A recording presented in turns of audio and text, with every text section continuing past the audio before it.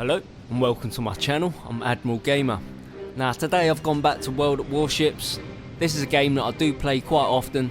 I pretty much have 1 or 2 games every day, and that's because it is a little bit grindy. It's a free to play game, but to unlock all the top tier ships it does take a long while. So this is me in a battleship, the King George V. I think it's the 5th. Can't tell by looking at them numbers there because I always get confused if that's the ship number or the class number, so I can't tell which way round it is.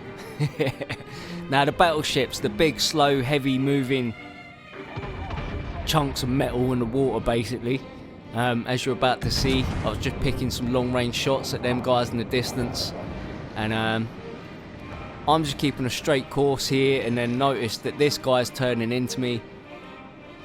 Previously he was going straight and then he's decided to turn, so he's kind of started turning without looking where he was going, sort of thing. I was just following the route that we was both going on to start. Now it takes a little while for battleships to move, so I've done a little jump cut here just because it takes a lot of time basically for them to get out of each other's way.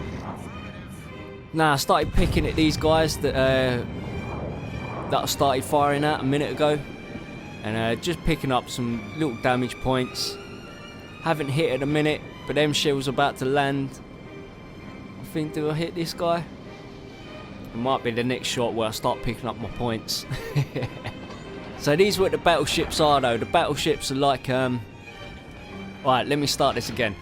In World of Warships, on the console versions at the minute, on the PS4 and the Xbox, there's only 3 classes of ships that you can have, and one's a destroyer, a cruiser and a battleship. I think in the PC you get aircraft carriers and U-boats, otherwise known as submarines to people that don't know what a U-boat is. A U-boat is an underwater boat. It's totally different to a submarine, but it is what came before submarines and sort of developed into submarines. So if you look at the old pictures of U-boats and that, they have a front end of a boat rather than being kind of like dome shaped like a modern submarine, and that's because they used to spend most of their time actually on the surface, and then they dive under the water just for like small periods of time and that. Not like a proper submarine which can move around underwater for like ages.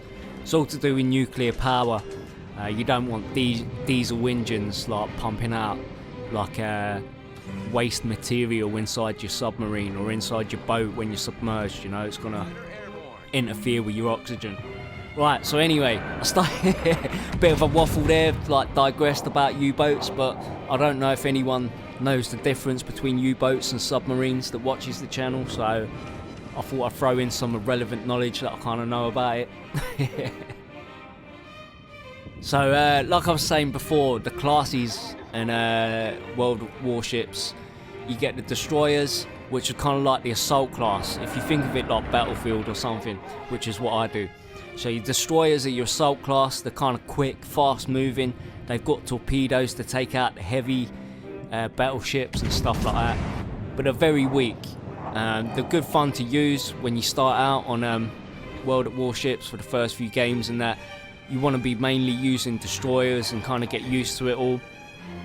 The battleships, they're a little bit harder, you know. If you're not paying attention to what you're doing, you can get caught by a destroyer really quick and stuff like that, and torpedo before you know it. So the cruisers are in between the destroyers and the battleships. The cruisers, I kind of call them the support class, like going back to Battlefield again. They're kind of like larger ships than the destroyers, but not quite as big as a battleship. Some of them probably was quite as big as a battleship. They've got the artillery, and some of them had torpedoes, and they move a little bit quicker than the battleships as well. Still very big targets though, and you've got to pay attention to what you're doing in them as well. Not so much as you do with a battleship. Now the battleship I like to call the sniper class, because you don't want to be getting up close to anyone, otherwise you'll find yourself in trouble. You'll see I've been staying at range for most of these games, picking away. This is another battleship I'm starting to lay into. It's an American battleship, I think. They're Iowa. And yeah, so this is like the sniper class basically, you know. So you want to be moving around like you do in Battlefield, you know. It's alright to sit in a spot for a second or two, but if you stay there for too long, or like for the full game, you're going to end up in trouble because someone's going to eventually spot you. And it's the same in this. Now, there's a lot of people that give like a full volley when they're doing the battleships, you know, like they'll give a full volley, but I like to like at least leave one cannon free so that I can interchange between two targets. So I'm not waiting for reloading all of my guns at the same time, sort of thing. So you see on where I'm aiming my guns, like you've got the timer coming round. That shows you which ones are ready. So 2 of them are nearly ready, and my 3rd one's already. Probably could have worded that better. But I like to, you know, if you've got one guy in front of you and one guy behind you, basically, you know, I'm able to pick a couple of shots at one of them, turn around and then fire another shot at the other one without having to move all 3 guns or all 4 guns, turn them all round and wait for them all to reload, kind of thing. So it's a little tip for you if you're using the battleships. Don't do full volleys. Just take your time lining up your shots with your first one, get your distance right, and then once you get the hang of it, you can start being a little bit more like aggressive with it and that, I guess. So I'm starting to take shots now. Like I've been firing at 2 different ships, 3 different ships, been set on fire. So, you know, I'm trying to get away, but I'm also trying to still be aggressive. I've gone behind cover from one of them, and hopefully from the 3rd guy on the far right. I should have been paying attention to the names of the ships, really. But I'm trying to come round and approach the Vanguard here. I've already been picking at this guy here, the Iowa, for some time. He disappeared into the distance for a little bit, so I missed him. But he's come back into view. I've fired a couple of shots off, hoping to finish him off before them torpedoes get there. And yeah, managed to pick up that kill. So that's another battleship that I took out. I'm on the case of this 2nd one here. I think he's pretty much give up. He is moving back, slowly moving backwards, but he's not firing. I don't think he's aiming his guns and that. I think he knows he's about to die. So again, I'm still taking a few shots. You do have automatic guns on your battleships that take out anything that comes within 5 kilometers or something. They'll start picking at other ships with like secondary guns, but you have no control over them. They're all sort of like controlled by the computer and that. Right, so you see I've seen this ship here, the Hipper, I think it's pronounced, I'm not sure, some kind of German word. So I'm just saying it how I read it, Hipper. So he's been quite smart. He knows like he's outnumbered now. He sees that I'm coming here. There we go. It says that he's spotted me now. And a couple of my first shots, they didn't quite connect. So he starts going behind cover again. He realises that I'm approaching. So there you go. You see him. I was going to say reversing, but I guess it still works. You know, reversing. So I'm going to head towards the Hipper. But on my way there, I see this little guy down here, the New Orleans.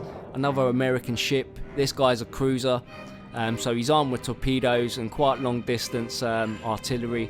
So just picking at him, helping the guys that are firing at him over that side while I can. Like I say, you're in a battleship, so you've got quite long distance guns. You can get involved in quite a few different battles at one time. If you don't get yourself up too close and in trouble, you can sort of like evaluate the battlefield, or like, it's not really a field, the battle sea, what do they call it at sea? I don't know, I'm gonna have to look that up.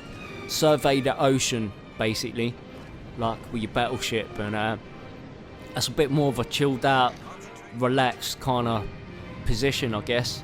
Right, so another little jump cut there. I'm still trying to chase the Hipper. He's actually been quite tactical and quite smart. He's going between little islands that make it difficult to spot him. There he is. He's just creeped out again. I've had to be cautious and make sure that because I'm a bigger ship, he could still possibly see me without me being aware, and sort of like lay torpedoes in front of me, kind of where I'm trying to sail to, kind of thing. So being very cautious with my speed, always changing my speed now and then. And there we go, here we go, some torpedoes coming in. So now I've hit full, so I can just turn a little bit and get that back end away. So it was alright, I was doing the right thing, because if I just sailed straight forward there without paying attention and going half speed, then I definitely would have run into some torpedoes there. And with this amount of damage that I took from the fire a little bit earlier, I probably would have died then. And you know, like I say, he's being very smart. He's using his ship very well, and he's making me chase him down. Again, he's disappeared on me here. He spotted me. There he is, so I can spot him now. It's just taking him a long time to reverse because he was trying to shoot torpedoes. He couldn't turn around, and he's had to reverse kind of through that little channel. Got a nice little bit of damage on him there. But again, he goes behind cover. I'm going too fast to do anything about it. So I slowed down a lot. And just making sure that he can't fire any torpedoes at me. He comes out, see him again.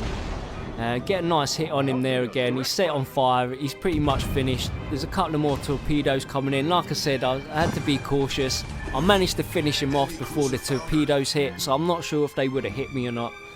So this has pretty much been a full episode of World of Warships. I've been AvidGamer. I hope you enjoyed today's episode and the commentary, things like that. So yeah, I'll see you soon. Love you, back.